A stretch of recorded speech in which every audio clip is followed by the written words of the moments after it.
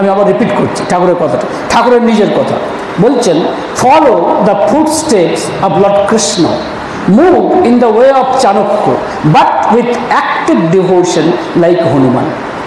মানে বাংলা করলে দাঁড়ায় এই, শ্রীকৃষ্ণের পদাঙ্ক অনুসরণ করো, চাণক্যের নীতি নিয়ে চলো, কিন্তু হনুমানের মতো সক্রিয় ভক্তি নিয়ে চলো। এই কথাতেই প্রমাণ হয় যে তিনি হচ্ছেন ত্রিকালদর্শী, ত্রিকালজ্ঞ ঠাকুর। প্রমাণ, কারণ এই বালকৃষ্ণ কাপুরদা তার মানে বংশ পরম্পরায় ছিলেন রামচন্দ্রের ভক্ত। ঠাকুর যে বললেন হনুমানের মতো সক্রিয় ভক্ত হও, তার থেকে মনে করিয়ে দিলেন যে তুমি ভেবো যে তুমি বংশ পরম্পরায় রামচন্দ্রের ভক্ত, কাজেই অতীতকে ভুলো না, হনুমানের মতো ভক্ত হও। আর শ্রীকৃষ্ণের কথা মনে করিয়ে দিলেন এই কারণে যে এটা ভেবো না যে রামচন্দ্র এসেছিলেন কিন্তু তিনি কিন্তু আবার ভগবান শ্রীকৃষ্ণ রূপেই এসেছেন, সেই একই রামচন্দ্র, কাজেই শ্রীকৃষ্ণের পদাঙ্ক অনুসরণ করো। আর চাণক্যের নীতির কথাটা বললেন এই কারণে, কারণ চাণক্য ছিলেন বাস্তববাদী, মৌর্য সাম্রাজ্য মানে তিনি বলতে গেলে প্রতিষ্ঠাতা, মানে প্রতিষ্ঠা করার ব্যাপারে সাহায্য করে, প্রাইম মিনিস্টার ছিলেন, অর্থশাস্ত্র লিখেছেন, তারপরে আপনার কি বলে চাণক্য নীতি লিখেছেন। জানেন তো চাণক্য নীতি একটি কথা যেটা সমস্ত দেশ পালন করে, enemies enemy is your friend, শত্রুর শত্রু হচ্ছে তোমার বন্ধু, এটা সমস্ত দেশ পালন করে। যাই হোক, তো এই আপনার উনি বালকৃষ্ণ কাপুরদাকে বললেন, কেন বললেন বলুন? এটা আমার ধারণা এই কারণে যে তুমি বাস্তববাদী হও এবং যুক্তি দিয়ে বুদ্ধি দিয়ে নাম ধ্যান করে বোঝার চেষ্টা করো যে সেই রামচন্দ্র আজ এই মুহূর্তে কি নাম এবং কি রূপ ধরে এসেছেন। একটু আগে দাদা গান গাইছিলেন না, যে এবারে কি বলছিলেন, অনুকূল রূপে তুমি এসেছো, এরকম একটা কথা শুনলাম, মানে এবার ঠিক তাই। কিন্তু নিজের নাম বলেননি ঠাকুর, লক্ষ্য করুন ঠাকুরের কীরকম মানে বিনয়। আপনি আমার মানে ক্যাম্পেনিংয়ে সমস্যা সৃষ্টি করছেন কেন? আমি আপনার কোনো সাহায্য নেব না, আপনার কোনো সাহায্যের আমার প্রয়োজন নেই। এই কথা শুনে জনার্দনদার মতো মানুষ থমকে গেলেন, কিন্তু উনি ততক্ষণে কিন্তু নাম ধ্যান করছেন। একটি আশ্চর্য সাহসিকতা এলো এই বালকৃষ্ণ কাপুরদা, অত্যন্ত বেটে লোক আমার মতো, বুঝতে পারছেন তো, বেশি বড় টড় নয়, সাধারণ লোক। হ্যাঁ, তিনি হঠাৎ বলুন, দেখুন I am here not to serve you, I am here to follow the instruction of my love Lord. I shall do whether you like it or not. বলছেন আমি এখানে দাঁড়িয়ে আছি আপনার উপকার করার জন্য নয়, আমি এখানে এসেছি আমার ঠাকুরের আদেশ পালন করার জন্য, কাজেই আপনি চান বা না চান আমি প্রচার করব। এত বড় ক্ষমতা বললাম না, দদাতি বুদ্ধি যোগম, একদম সাহস এই ছোট্টখাটো বেটেখাটো লোকটি। এবং এইটা বলেই তিনি অফিস থেকে বেরিয়ে এলেন। লক্ষ্য করে দেখুন, যখন ইলেকশনের রেজাল্ট বেরোলো মাত্র 400 ভোটে বিধানচন্দ্র রায় জিতেছিলেন। এখানে আমার ধারণা হয়তো 201টি লোক এই কাপুরদার সহজ সরল আবেদনের কাছে মুগ্ধ হয়ে হয়তো তারা বিধানচন্দ্র রায়কে ভোট দিত না, কিন্তু এই সাধারণ মানুষের এবং ঠাকুরের বার্তা নিয়ে যেহেতু গিয়েছিলেন, তারা ঠাকুরের কথা ভেবে এবং কাপুরদার দেখে সহজ সরল আবেদন দেখে হয়তো ভোট দিয়েছিলেন। না দিলে কে জানে মোহাম্মদ ইসমাইলি জিতে যেতে কিনা। যাই হোক, পরবর্তী ক্ষেত্রে যখন জিতে গেলেন তখন বিধান রায়ের সঙ্গে দেখা করতে গিয়েছিলেন এবং কনগ্রাচুলেশন জানিয়েছিলেন এই কাপুরদা। তখন কিন্তু বিধানচন্দ্র রায় একটা বড় হাসি উপহার দিয়েছিলেন। পরবর্তী ক্ষেত্রে উনি যখন দেওঘরে আসছেন জিতিয়ে দিয়ে, দূর থেকে আসছেন, ঠাকুর ভক্তদের দেখিয়ে বলছেন, ওই দেখ কিং মেকার আসছে, বুঝতে পারছেন?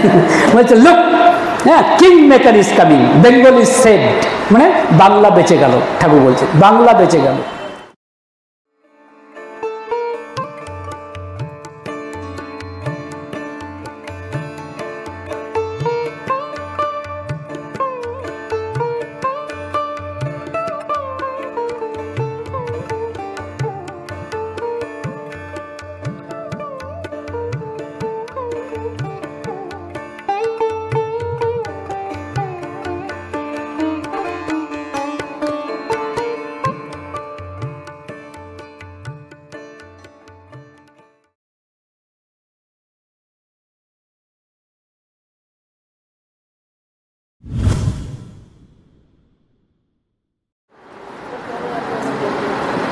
জয় গুরু। যেভাবেই হোক আজকে এই তাপসের এই মাঙ্গলিক যে অনুষ্ঠান বৌভাত, সেখানে আসতে পেরে নিজেকে ধন্য মনে করছে এই কারণে যে সে কিন্তু এই মাঙ্গলিক অনুষ্ঠান ঠাকুরকে সঙ্গে নিয়ে করছে। This is very important. এখন ঠাকুরকে আমরা দেখতাম যে কোনো বউ মানুষ ঠাকুরের কাছে গেলে ঠাকুর যা বলে আশীর্বাদ করতেন সেটা হচ্ছে এই স্বামী সার্থিনী হও। এটা ছিল ঠাকুরের আশীর্বাদ। বউ মানুষদেরকে ঠাকুর বলতেন স্বামী সার্থিনী হও, অর্থাৎ স্বামীর স্বার্থই তোমার স্বার্থ। এটা ঠাকুরের একটা অমোঘ আশ্চর্য আশীর্বাদ। এরকমটা আর কার কাছ থেকে আমি শুনিনি। আর একটা কথা ঠাকুর বারবার বলতেন যে আমরা তো বউ স্ত্রী অনেক রকম কথা শুনি, কিন্তু ঠাকুর বলছেন সহধর্মিনীর মতো আর কথা হয় না। ঠাকুর সব থেকে পছন্দ করতেন যে কথাটি, সেটা হচ্ছে সহধর্মিনী। এই সহধর্মিনী কথাটি কিন্তু ঠাকুর ভীষণ পছন্দ করতেন। মানে স্বামী যেরকম মানে তার সাথে সব কিছুতে এক, তার ধর্মই তার ধর্ম, এরকমটা সহধর্মিনী, এটা ঠাকুর খুব পছন্দ করতেন। আরেকটি কথা অবশ্যই আপনারা জানেন যে কার সঙ্গে কার বিয়ে হওয়া উচিত সেটা ঠাকুর অনেক কথা বলে গেছেন। এরকম একটা বাস্তব ঘটনা ঘটেছিল দেওঘরে, সেটা এই মুহূর্তে বলতে ইচ্ছে করছে, কারণ একজন ঋত্বিক ছিলেন, নামটা এই মুহূর্তে মনে করতে পারছি না, কি মুখার্জি নাম। তো তিনি তার প্রায় 50 বছর বয়স হয়ে গেছে, 50-এর বেশি, 55 পসিবলি। তো দাঁত টাত পড়ে গেছে, চুল মানে পাতলা হয়ে গেছে, দাঁত।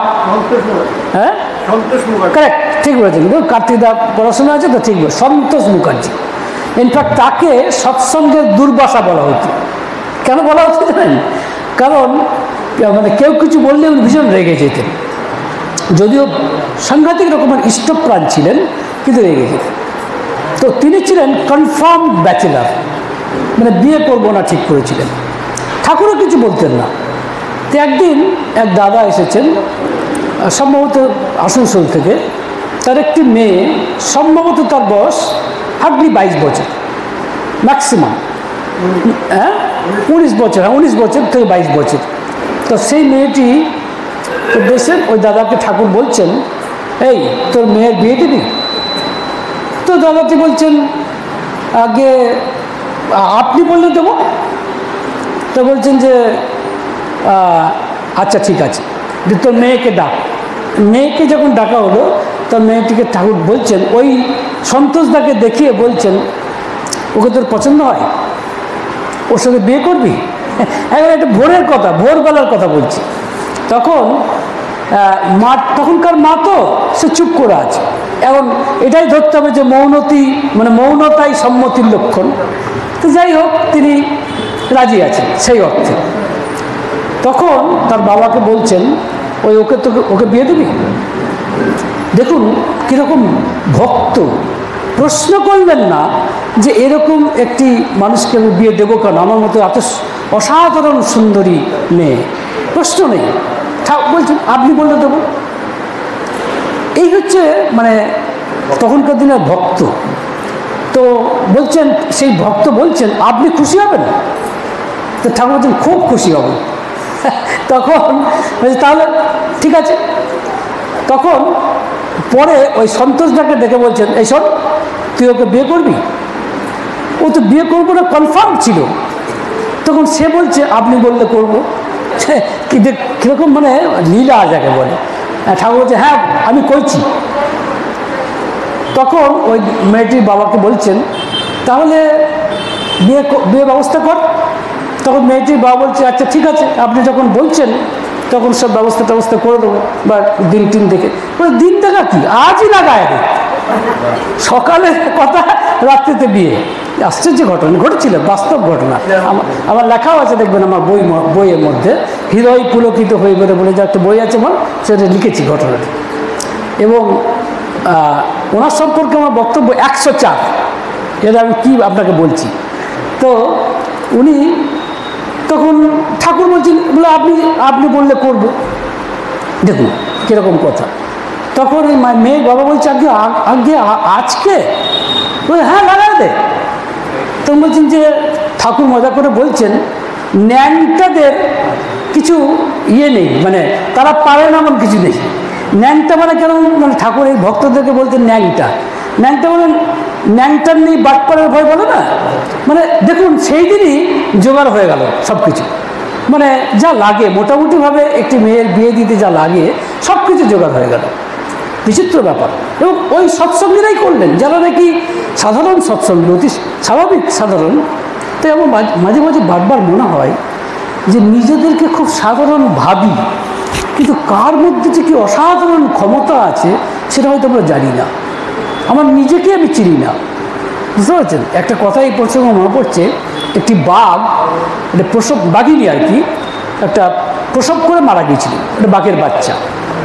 সে ওইখানে ছাগল চড়ছিল, ওই ছাগলের সঙ্গে মানুষ হচ্ছে। সে ছাগলকে দেখে সেও ছাগলের মতো ঘাস খাচ্ছে, ওরকমভাবে বড় হচ্ছে। তো একদিন একটি সত্যিকারের বাঘ এসে দেখছে সর্বনাশ, এই তো ছাগলের সঙ্গে বাঘ ঘাস খাচ্ছে, কি বাবা? তখন ওর ডেকে বলছে, শোনো তুমি কি ছাগল নাকি? তো বলছে যে হ্যাঁ আমি তো ছাগল। সে ওরকমই জানে। বলে কে বলেছে? তুমি তোমার রূপটাকে দেখেছো? বলে না তো। বলে দেখো। বলে একটি মানে পরিষ্কার জলাশয়ে নিয়ে এসে বলছে, দেখো তো তোমার রূপটা কি। তখন দেখছে সে বাঘ।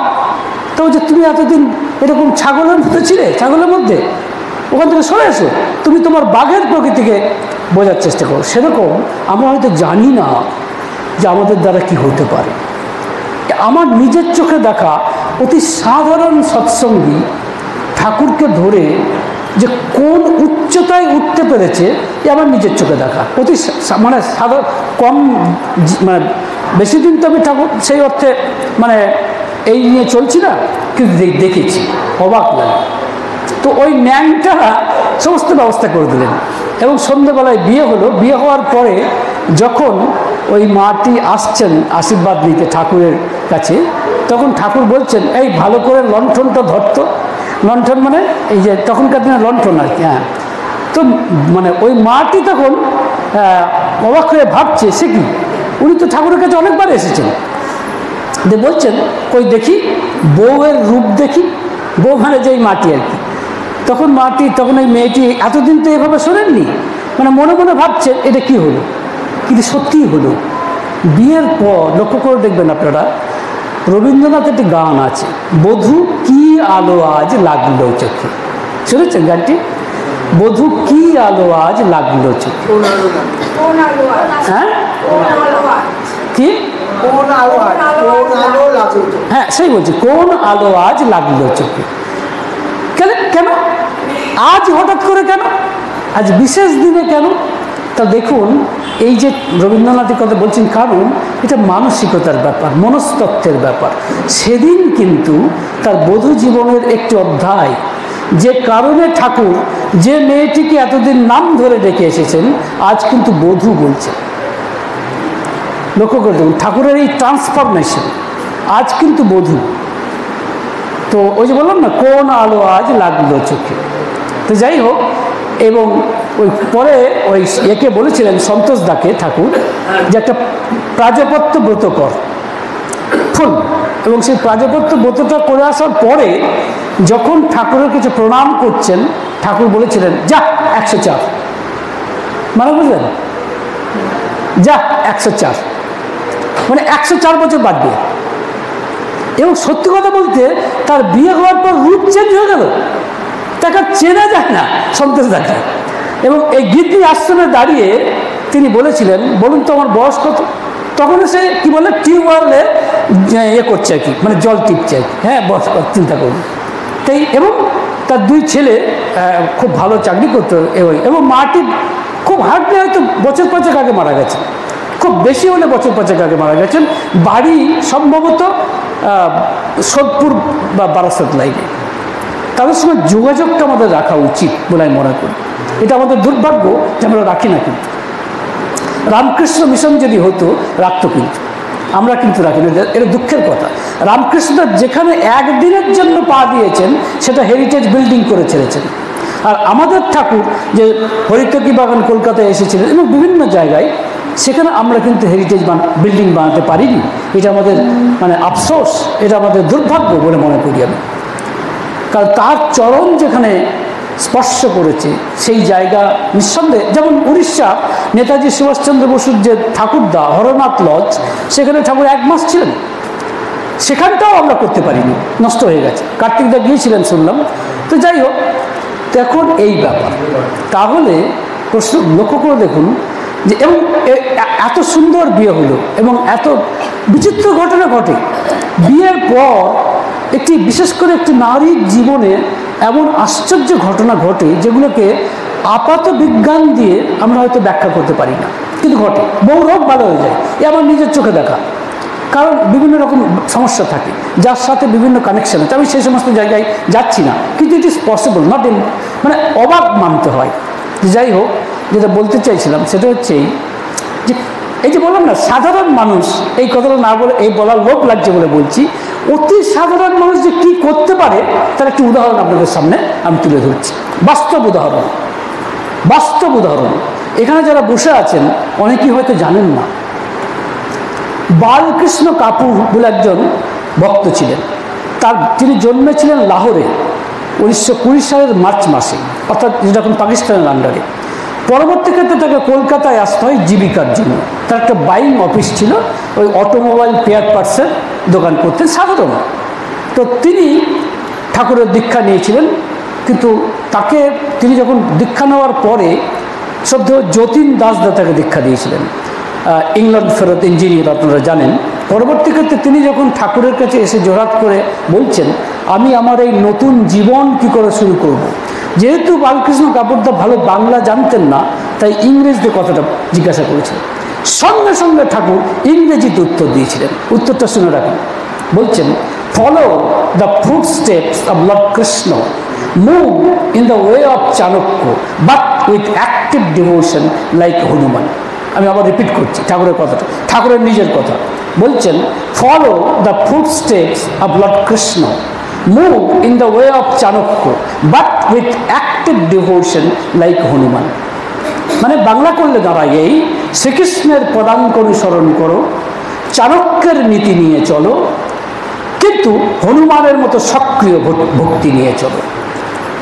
এই কথাতেই প্রমাণ হয় যে তিনি হচ্ছেন ত্রিকালদর্শী, ত্রিকালজ্ঞ ঠাকুর। প্রমাণ, কারণ এই বালকৃষ্ণ কাপুরদা তার মানে বংশ পরম্পরায় ছিলেন রামচন্দ্রের ভক্ত। ঠাকুর যে বললেন হনুমানের মতো সক্রিয় ভক্ত হও, তার থেকে মনে করিয়ে দিলেন যে তুমি ভেবো যে তুমি বংশ পরম্পরায় রামচন্দ্রের ভক্ত, কাজেই অতীতকে ভুলো না, হনুমানের মতো ভক্ত হও। আর শ্রীকৃষ্ণের কথা মনে করিয়ে দিলেন এই কারণে যে এটা ভেবো না যে রামচন্দ্র এসেছিলেন, কিন্তু তিনি কিন্তু আবার ভগবান শ্রীকৃষ্ণ রূপেই এসেছেন, সেই একই রামচন্দ্র। কাজেই শ্রীকৃষ্ণের পদাঙ্ক অনুসরণ করো। আর চাণক্যের নীতির কথাটা বললেন এই কারণে, কারণ চাণক্য ছিলেন বাস্তববাদী, মৌর্য সাম্রাজ্য মানে তিনি বলতে গেলে প্রতিষ্ঠাতা, মানে প্রতিষ্ঠা করার ব্যাপারে সাহায্য করে, প্রাইম মিনিস্টার ছিলেন, অর্থশাস্ত্র লিখেছেন। তারপরে আপনার কি বলে চাণক্য নীতি লিখেছেন, জানেন তো? চাণক্য নীতি একটি কথা যেটা সমস্ত দেশ পালন করে, enemies enemy is your friend, শত্রুর শত্রু হচ্ছে তোমার বন্ধু, এটা সমস্ত দেশ পালন করে। যাই হোক, তো এই আপনার উনি বালকৃষ্ণ কাপুরদাকে বললেন, কেন বললেন বলুন? এটা আমার ধারণা এই কারণে যে তুমি বাস্তববাদী হও এবং যুক্তি দিয়ে বুদ্ধি দিয়ে নাম ধ্যান করে বোঝার চেষ্টা করো যে সেই রামচন্দ্র আজ এই মুহূর্তে কি নাম এবং কি রূপ ধরে এসেছেন। একটু আগে দাদা গান গাইছিলেন না, যে এবারে কি বলছিলেন, অনুকূল রূপে তুমি এসেছো, এরকম একটা কথা শুনলাম। মানে এবার ঠিক তাই, কিন্তু নিজের নাম বলেননি ঠাকুর। লক্ষ্য করুন ঠাকুরের কীরকম মানে বিনয়। তো যাই হোক, এই বালকৃষ্ণ কাপুরদা মানে অতি সাধারণ মানুষ, কিন্তু মনে রাখবেন তার একটি গুণ ছিল, মানে অত্যাশ্চর্য গুণ, যেটি অনেকটা তাপসেরও আছে, অত্যন্ত সাধারণ মনে হয়, কিন্তু না চেষ্টা করে, চেষ্টাটুকু আছে। সেটা কি, হনুমানের মতো সক্রিয় ভক্তি। সক্রিয় ভক্তি কাকে বলে বলুন তো? এই যে আমি বড় বড় বাদ মারছি, আমি নিজেই হয়তো নামধান করি না বা চিন্তা ভাবনা করি, বাস্তবে করি না, তার মানে বুঝতে হবে এটা আমার সক্রিয় ভক্তি নয়, এটা নিষ্ক্রিয় ভক্তি।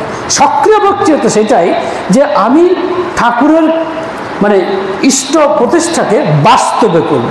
আর এই বাস্তবে করার জন্য আমাকে অনেক কাঠখড় পোহাতে হবে, আমাকে অনেক স্যাক্রিফাইস করতে হবে, আমাকে অনেক স্বার্থ ত্যাগ করতে হবে। যারা করতে পারে তারাই প্রকৃত হনুমানের মতো ভক্ত, আর তাদের জীবনে অসম্ভবকে সম্ভব করতে পারে। কি করেছিলেন দেখুন, কি অসম্ভবকে সম্ভব করেছিলেন, আপনারা শুনলে অবাক হয়ে যাবেন, কারণ সম্ভবত শোনেননি। আমি দায়িত্ব নিয়ে বলছি। এই কথাটি লেখা আছে বালকৃষ্ণ কাপুরদার যে বইটি লিখেছেন, my experiences with a living God, মানে একজন জীবন্ত ভগবানের সঙ্গে আমার অভিজ্ঞতার ঝুড়ি বলতে পারেন, এরকম বাংলা। ঠাকুরকে জীবন্ত ভগবান বলে অভিবাদন করছেন তিনি। কি হয়েছে, একদিন ঠাকুর ভক্ত পরিবৃত হয়ে বসে আছেন এবং তামাক টানছেন, মানে হুকা, যা গড়গড়া খেতেন। খেতে খেতে হঠাৎ কাপুরদার দিকে চেয়েছেন। কাপুরদা বসে আছেন সমস্ত ভক্তের মধ্যে, তিনিও যেমন আরেকজন ভক্তের মধ্যে, সাধারণ ভক্তের মধ্যে বসে আছেন।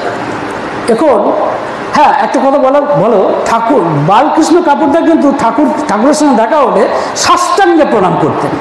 সাষ্টাঙ্গে প্রণাম করা বোঝেন তো, মানে যেটা মাটিতে একদম শুয়ে পড়ে প্রণাম করতেন, এটা কিন্তু তা ছিল। যাই হোক, তো সেদিন বসে আছেন সবার সামনে, হঠাৎ ঠাকুর ওই তামাকের কি বলে, তামাকটা ছেড়ে দিয়ে ওই কাপুরদার দিকে তাকিয়ে বলছেন, এই যা বিধান রায়কে ইলেকশনে জিতিয়ে নিয়ে আই, মানে নির্বাচনে জিতিয়ে নিয়ে আই। কাপুরদা তো অবাক, মনে মনে ভাবছে বলেন কি ঠাকুর, আমি তো জীবনে কোনো রাজনীতি বুঝি না, আর তাছাড়া মানে বিধানচন্দ্র আমাকে কোনোদিন দেখেননি, কাজে আমি আমার দ্বারা কি হবে, হ্যাঁ আমাকে তিনি বিশ্বাসই বা করবেন কেন ভাবছেন। তখন হঠাৎ ঠাকুর বললেন, গো অ্যান্ড লিড, পরম পিতা উদ্বৃতি, ইংরেজিতে লিখেছেন, বলছেন যা নেতৃত্ব দে, তোর সঙ্গে পরম পিতা থাকবে।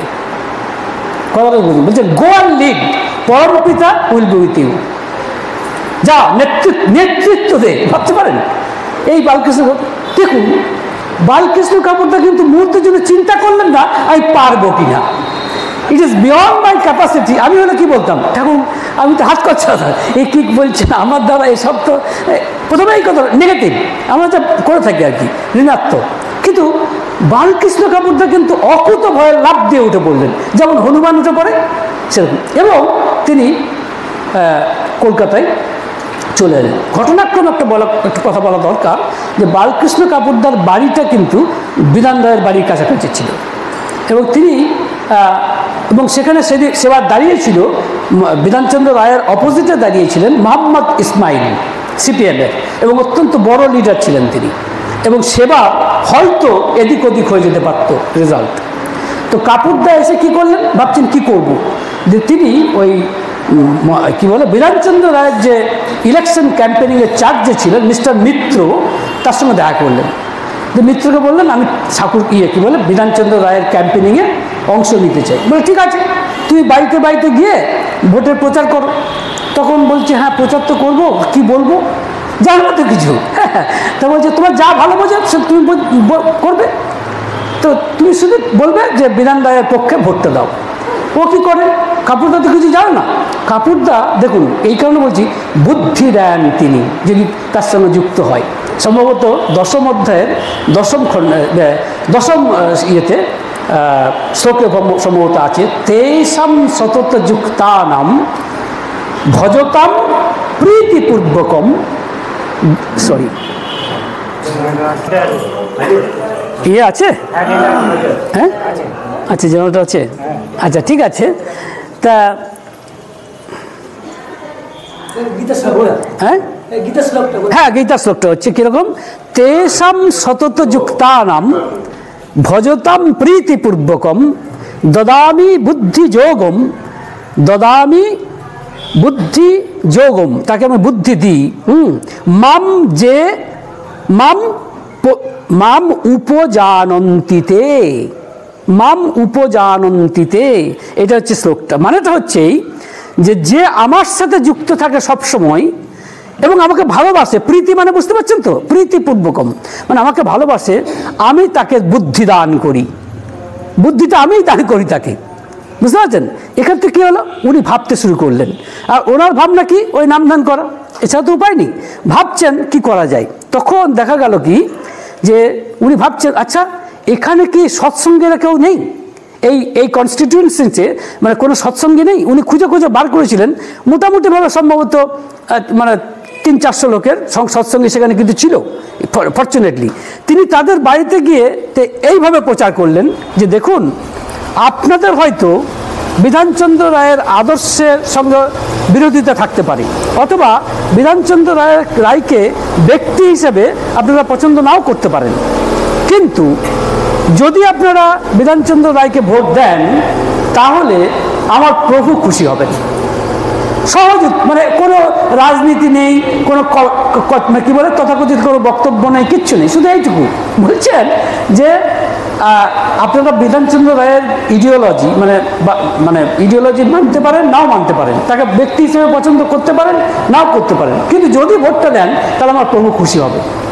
স্বাভাবিক, তারা অনেকেই সৎসঙ্গী, তারা বলছেন তুমি কি করে বলছো, না প্রভু আমাকে পাঠিয়েছে। লক্ষ্য করে দেখুন। এবং তখন তিনি ওই দেখা গেল কি মিস্টার মিত্রকে আমাদের একজন গুরু ভাই আনফর্চুনেটলি ওই কাপুরদার বিরুদ্ধে লাগিয়েছিল। স্বাভাবিক মিত্র কাপুরদার উপরে রেগে গেল, রেগে গিয়ে বললেন ডক্টর বিধানচন্দ্র রায় তার অফিসে তোমাকে ডেকেছে। উনি তো ভয় পেয়ে গেছেন, বিধানচন্দ্র রায়ের সঙ্গে কথা বলবেন সহজ কথা নয়, ভয় পেয়ে গেছেন উনি। তখনকার দিনে জনার্দন মুখোপাধ্যায়, যিনি তদানীন্তন সিপিএমের লিডার ছিলেন এবং ঠাকুরের ভক্ত, তাকে নিয়ে গিয়ে বলেন আপনি আমার সঙ্গে চলুন। এবং যখন গেল তখন দেখলেন যে বিধানচন্দ্র রায় সেখানে দাঁড়িয়ে আছেন, আর তারা দুজনে জোরহাট করে গিয়ে দাঁড়ালেন। আর কাপুরদা বলছেন আমি মনে মনে নাম ধ্যান করছি, কি জানি এত বড় লোকের সাথে কথা বলা, এ তো আমার ক্ষমতাই নেই, এত জাইগান্টিক ফিগার, ভাবছেন। লক্ষ্য করে দেখা গেল কি জানেন, যে বিধান রায় বললেন আপনি আমার ক্যাম্পেনিংয়ে প্রবলেম ক্রিয়েট করছেন কেন, আপনি আমার মানে ক্যাম্পেনিংয়ে সমস্যা সৃষ্টি করছেন কেন, আমি আপনার কোনো সাহায্য নেব না, আপনার কোনো সাহায্যের আমার প্রয়োজন নেই। এই কথা শুনে জনার্দনদার মতো মানুষ থমকে গেলেন, কিন্তু উনি ততক্ষণে কিন্তু নাম ধ্যান করছেন। একটি আশ্চর্য সাহসিকতা এলো এই বালকৃষ্ণ কাপুরদার। অত্যন্ত বেটে লোক, আমার মতো, বুঝতে পারছেন তো, বেশি বড় টড় নয়, সাধারণ লোক। হ্যাঁ, তিনি হঠাৎ বললেন দেখুন, I am here not to serve you, I am here to follow the instruction of my love Lord. I shall do whether you like it or not. বলছেন আমি এখানে দাঁড়িয়ে আছি আপনার উপকার করার জন্য নয়, আমি এখানে এসেছি আমার ঠাকুরের আদেশ পালন করার জন্য, কাজেই আপনি চান বা না চান আমি প্রচার করব। এত বড় ক্ষমতা ধরতে বললাম না, দদাতি বুদ্ধি যোগম, কেমন সাহস এই ছোট্টখাটো বেঁচেখাটো লোকটি। এবং এইটা বলেই তিনি অফিস থেকে বেরিয়ে এলেন। লক্ষ্য করে দেখুন, যখন ইলেকশনের রেজাল্ট বেরোলো মাত্র 400 ভোটে বিধানচন্দ্র রায় জিতেছিলেন। এখানে আমার ধারণা হয়তো 201টি লোক এই কাপুরদার সহজ সরল আবেদনের কাছে মুগ্ধ হয়ে হয়তো তারা বিধানচন্দ্র রায়কে ভোট দিত না, কিন্তু এই সাধারণ মানুষের এবং ঠাকুরের বার্তা নিয়ে যেহেতু গিয়েছিলেন, তারা ঠাকুরের কথা ভেবে এবং কাপুরদার দেখে সহজ সরল আবেদন দেখে হয়তো ভোট দিয়েছিলেন। না দিলে কে জানে মোহাম্মদ ইসমাইলি জিতে যেতে কিনা। যাই হোক, পরবর্তী ক্ষেত্রে যখন জিতে গেলেন তখন বিধান রায়ের সঙ্গে দেখা করতে গিয়েছিলেন এবং কনগ্রাচুলেশন জানিয়েছিলেন এই কাপুরদা। তখন কিন্তু বিধানচন্দ্র রায় একটা বড় হাসি উপহার দিয়েছিলেন। পরবর্তী ক্ষেত্রে উনি যখন দেওঘরে আসছেন জিতিয়ে দিয়ে, দূর থেকে আসছেন, ঠাকুর ভক্তদের দেখিয়ে বলছেন ওই দেখ কিং মেকার আসছে, বুঝতে পারছেন, বলছে লুক, হ্যাঁ king maker is coming, Bengal is saved, মানে বাংলা বেঁচে গেল। ঠাকুর বলছেন বাংলা বেঁচে গেল। লক্ষ্য করে দেখুন, এখন কাপুরদা বলছেন যে এটা যা তার যেমন নিজের ক্রেডিটটা তিনি ভক্তকে দেন, তিনি বলতে চাইছেন সব তিনিই করে রেখেছেন ভক্তকে। এটা কিন্তু গীতার আর একটা শ্লোক, বুঝলেন? শ্লোকটা হচ্ছে এরকম, কি বলছেন যে মোটামুটিভাবে শ্লোকটা হচ্ছে যে হ্যাঁ, তস্মাত্তম উত্তিষ্ঠ যশো লভস্য জিত্বা শত্রুন ভুঙ্কস্য রাজ্যম সমৃদ্ধম ময়া এব এতে নিহতা পূর্বম এব নিমিত্রমাত্রম ভব সব্যসাচিন। এর মানে হচ্ছে অর্জুনকে বলছেন, অর্জুন যখন বলছে আমি কি করে মারবো, যে গুরু আমরা, গুরু বা আমার নিজের লোক মারলে পাপের ভাগী হবো, তখন ভগবান শ্রীকৃষ্ণ বলছে কি বলছো তুমি, আমি আগে থেকেই মায়া এব এতে নিহতা পূর্বম, মানে আমি আগেই এদের মেরে রেখেছি, তুমি নিমিত্র মাত্র হও, নিমিত্র মাত্রম ভব সব্যসাচী, মানে তুমি যন্ত্র স্বরূপ হও। তা এক্ষেত্রে বালকৃষ্ণ কাপুরদা কিসের কাজ করেছিলেন? যন্ত্র স্বরূপ হয়েছিলেন। বালকৃষ্ণ কাপুরদা যন্ত্র স্বরূপ হয়েছিলেন। তা লক্ষ্য করে দেখুন যে বালকৃষ্ণ কাপুরদা কি করতে পেরেছিলেন। আর একটি কথা বলে শেষ করুন, যেটা হচ্ছে এই বললাম না, ওই একটা সাধারণ মানুষ কি অসাধারণ পর্যায়ে উঠতে পারে ভাবতে পারবেন না। এটা প্রকাশ্যে বলা কতটা ঠিক হবে জানি না, তাও আপনারা মোটামুটি জানার পাশে লোক তো বলাই বলে দিলে অসুবিধাও কিছু নেই, কারণ রিটেন ডকুমেন্ট, লিখিত ডকুমেন্ট একবারে। শ্রদ্ধেয় পূজনীয় তিনি, যার নাম ডক্টর, তিনি কিন্তু ডাক্তারি পরীক্ষা দেওয়ার সময় পাননি এবং ডাক্তারি ভর্তি হতে পারেননি তখন, অথচ ওনার ডাক্তারি পড়ার খুব ইচ্ছা, জানেন বোধহয় উনি বড় প্লাস্টিক সার্জন। তখন আপনার তার যে ভক্তরা ছিলেন বঙ্কিম মুখার্জি এবং জনার্দন মুখার্জি, তাদেরকে ঠাকুর বললেন এবং তারা বললেন আমরা কোনো চিন্তা নেই, আমরা কলকাতায় তাকে ডাক্তারিতে ভর্তি করে দেবো। এবং চেষ্টা করে দেখলেন, ওই বিধানচন্দ্র রায়ের কাছে গেলেন। বিধানচন্দ্র রায় চিঠি লিখেছিলেন, একটা চিঠিটা একদম লিখিত আছে, একদম তার হাতের লেখা, একদম তার বইতে লেখা আছে, মানে ওটা টাইপ করা নয়, একেবারে বিধানচন্দ্র রায়ের হাতের লেখা উইথ ডেট। বলছেন আমি ব্যাপারে খোঁজ নিয়েছি, কিন্তু এখন সব সিট ফিল আপ হয়ে গেছে, তবে ক্যাবিনেট থেকে আরও 50টা সিট করার চেষ্টা হচ্ছে, যদি হয় তাহলে একটা সিট পাবে, কিন্তু হয়নি। লক্ষ্য করে দেখুন, এবং সেটা হলো না। চিন্তা করে দেখুন, বঙ্কিম মুখার্জি, জনার্দন মুখার্জি এবং ডক্টর বিধানচন্দ্র রায় পারেননি, কিন্তু দিন চিফ মিনিস্টার, তখনকার দিনে প্রধান কি বলে মুখ্যমন্ত্রী, পারেননি। তখন হঠাৎ এটা শুনে খুব মন খারাপ করছেন, স্বাভাবিক, ডাক্তারি হয়নি। তো ওইরকম ভক্ত পরিবৃত ঠাকুর বসে আছেন, হঠাৎ ঠাকুর কাপুরদার দিকে তাকিয়ে বলছেন, এই তুই চেষ্টা করে দেখবি নাকি? এই কথাটা কেন বলছি জানেন? রামচন্দ্র সম্ভবত বকাসুরকে কিভাবে হত্যা করেছিলেন জানেন? বকাসুর আর কি মানে তখন মানে সীতাদেবীর কোলে শুয়ে আছেন রামচন্দ্র ক্লান্ত হয়ে। এখন সেই সময় বকাসুর করছে কি, সীতাদেবীর পায়ে ঠোক্কর মারছে, রক্ত বেরিয়ে যাচ্ছে, কিন্তু সীতাদেবী চুপ করে আছেন। কেন? মুখ করছে না, যাতে প্রভুর ঘুম যাতে ভেঙে না যায়। কিন্তু তিনি তো সবই জানেন। অনেকক্ষণ পরে তিনি দেখতে পেয়েছেন, তখন কি করেছিলেন জানেন? পাশে থেকে একটি তৃণ মানে ঘাস ছুঁড়ে দিয়েছিলেন। ওই ঘাসটাই বিরাট বান হয়ে গিয়ে এই বকাসুরকে হত্যা করেছে। তো একেবারে বালকৃষ্ণ কাপুরদা একেবারে তৃণ যাকে বলে, তার দিকে তাকিয়ে বলছেন ঠাকুর, এই তুই চেষ্টা করে দেখবি নাকি? দেখুন বালকৃষ্ণ কাপুরদার কোয়ালিটি কি বলুন তো? প্রশ্ন করলেন না আমি পারবো কিনা, আমি তো কিছুই জানি না, আমি পারবো কিনা। আর ডাক্তার যেখানে এরা ফেল করেছে, তখন ওই লাফ দিয়ে উঠলেন। হ্যাঁ, তো লাফ দিয়ে উঠে তো ঠাকুর হাসছেন সবার সামনে। এটা কেন? এগুলো লীলা, মনে রাখবেন। ডাক্তারি পড়াটা বড় কথা নয়, এই যে লীলাটা তিনি দেখালেন সেটাই দেখানো, যে একটি সাধারণ ভক্তের মাধ্যমে কি অসাধারণ ঘটনা ঘটে যেতে পারে। তখন তিনি কি করলেন, বঙ্কিমদা এবং একে নিয়ে বললেন চলুন ডক্টর কি বলে বিধান রায়ের সাথে দেখা করে আসি। হ্যাঁ, তো তারা বললেন আমরা তো একবার চেষ্টা করে দেখেছি, পারলাম না।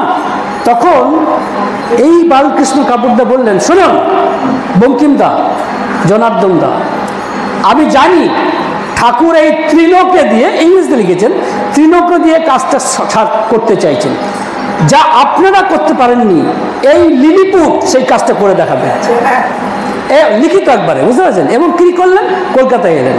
কলকাতায় এসে চুপচাপ নাম ধান করছেন। কি করছেন? মেডিকেল কলেজে ঘুরে বেড়াচ্ছেন, যে একদম সরাসরি প্রিন্সিপালের কাছে গিয়ে বলছেন এখানে একটা সিট হবে। বলে এটা এভাবে হয় না, এটা অন্য পরীক্ষা টরীক্ষা দিতে হয়, উনি তো কিছু জানেন না। তো ন্যাশনাল মেডিকেল কলেজে প্রিন্সিপালের কাছে গিয়ে বলছেন এখানে একটা ডাক্তারি সিট হবে। তখন বলছে হ্যাঁ হবে। কীরকম? একটা ডোনেশনের সিট ছিল তখনকার দিনে। বলছে যার ডোনেশন দেওয়ার কথা ছিল সে কোনো কারণে ব্যাক আউট করেছে। তা বলছে আপনি আনতে পারবেন এই টাকা, কালকের মধ্যে যদি আনতে পারেন তাহলে হবে। কাপড়দা বলে হ্যাঁ আমার সিটটা বুক রইল। দেখুন কীরকম কাপড়দার মানুষ। হ্যাঁ, এবং পরের দিন যেভাবেই হোক দাঁত দেনা করে ভার্চুয়ালি সেই টাকা নিয়ে এসে করেছিলেন এবং ন্যাশনাল কলেজে এই কাজলদার ডাক্তারি পরীক্ষা সম্ভব হয়েছে। আরও বলছি যে বিদেশি গাড়ি এই দেওঘর আপনারা দেখতে পান রোলস রয়েস, সেটা কিন্তু কাপড়দার দেওয়া, মনে রাখবেন। সেটাও বিচিত্র ঘটনার সময় নেই, আমি আজকে অতটা বলবো না। যেদিনকে এই বিদেশি গাড়িটা নিয়ে এলেন সেদিন ঠাকুর বলছেন যা আরও দুটো বিদেশি নিয়ে আয়।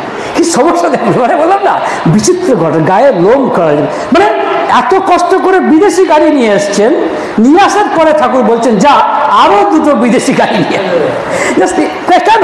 তার মানে হচ্ছে যে একটা মানে কি বলবো, মানে অযোগ্যকে যোগ্য করে তোলার প্রয়াস, এবং সে দুটো দিয়েছেন এই বালকৃষ্ণ কাপড়দা, যেটি এখনো এই বালকৃষ্ণ কি বলে আমাদের দেওঘরে দৃশ্যমান। তো সেটা একটা বিচিত্র ঘটনা, আমি শুধু যেতে চাইছি, আমি শুধু বলতে চাইছি এইটাই যে যদি তার সাথে যুক্ত থাকা যায়, যদি তার কাজটাকে ওই হনুমানের মতো সক্রিয় ভক্তি নিয়ে করা যায়, তাহলে কি হয় জানেন, একটা আশ্চর্য আনন্দ পাওয়া যায়। আনন্দটি হচ্ছে যে আনন্দ মানে সুখের ঠিকানা, কিন্তু মানুষ জানে না সুখের ঠিকানা কি জানেন। একটু হচ্ছে জাগতিক আনন্দ। এই সময় কতটুকু দাদা বলতে পারার সময় আছে তো? আমি সময়টা দেখতে হবে একটুখানি, ছেড়ে দেবো। বলুন কতটুকু সময় আছে? হ্যাঁ 7টা বাজে, তাহলে একটুখানি বলছি। সুখের ঠিকানা জানে না। সুখের ইংরেজি হচ্ছে হ্যাপিনেস। H ইকুয়াল টু, এটা খুব সুন্দর বলছিলেন একজন আমাদের রামকৃষ্ণ মিশনের মহারাজ, এবং ঠিক বলছিলেন, P ইকুয়াল টু P মানে হচ্ছে প্লেজার। প্লেজার মানে জাগতিক আনন্দ। জাগতিক আনন্দ আমরা কিসে পাই বলুন তো? আর আমরা তো সুখ চাই, আমরা তো আনন্দ, কে আনন্দ চাই না বলুন? সবাই আনন্দ চাই, এবং এই আনন্দ চাওয়াটা অন্যায় নয়, কারণ আমার প্রকৃতি হচ্ছে কি সুপন বলো, কারেক্ট, আনন্দ স্বরূপ।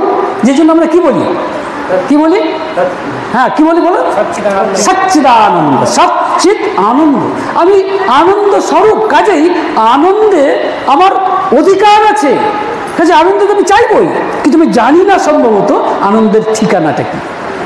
তো H হ্যাপিনেস, আনন্দ বলছে P মানে প্লেজার, জাগতিক আনন্দ। জাগতিক আনন্দ কীরকম?